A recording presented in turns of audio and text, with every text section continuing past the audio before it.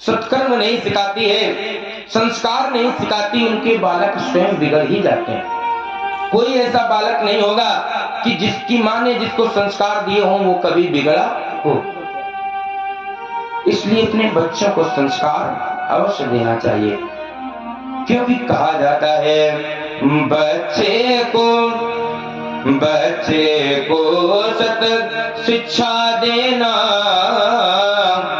उसकी उन्नति का कारण है, बेजाहद से ज्यादा दुलार, बेजाहद से ज्यादा दुलार बर्बादी का ही कारण है।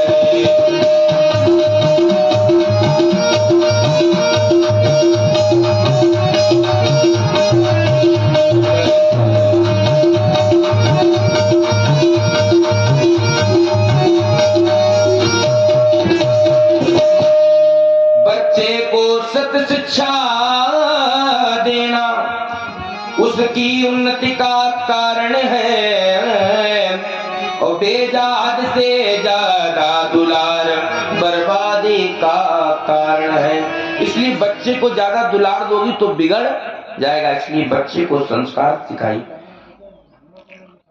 बच्चे को संस्कार सिखाइए। एक हम घटना बता दें, अभी 2-4 दिन की ही है। एक बूढ़ी माँ जिनके पुत्र ने उनको वृद्धाश्रम में भेज दिया।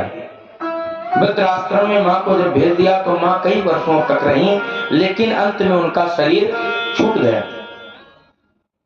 जो वृद्धाश्रम की देखरेख करते हैं उन्होंने बालक को फोन मिलाया कि तुम्हारी माँ का निधन हो गया है, आकर के अंतिम दर्शन कर लो। तो पुत्र ने क्या जवाब दिया?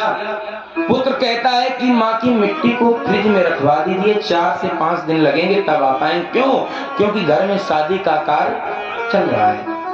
इसलिए संस्कार दोगे तो बच्चे कहीं भी होंगे वो अवश्य आएंगे। इसलिए संस्कारों की कमी है। शिक्षा तो विद्यालय में मिल जाती है, लेकिन शिक्षा से काम बनने वाला नहीं। शिक्षा के साथ साथ संस्कार अवश्य देना चाहिए। आज मैया ने कहा कि सच ही कह रही है सुरुचि कि जाओ उन परमात्मा का भजन करो। क्यों? क्योंकि वे पिता के पिता नहीं। कौन? परमात्मा जो है वो एक पिता नहीं, वो तो पिता और पिता के भी पिता हैं। वो पिता के पिता नहीं, वो त्रिलोक के पिता कहलाते हैं। वे पिता बेपदा में विपदा में आकर लाज बचाते हैं। अगर भगवान को अपना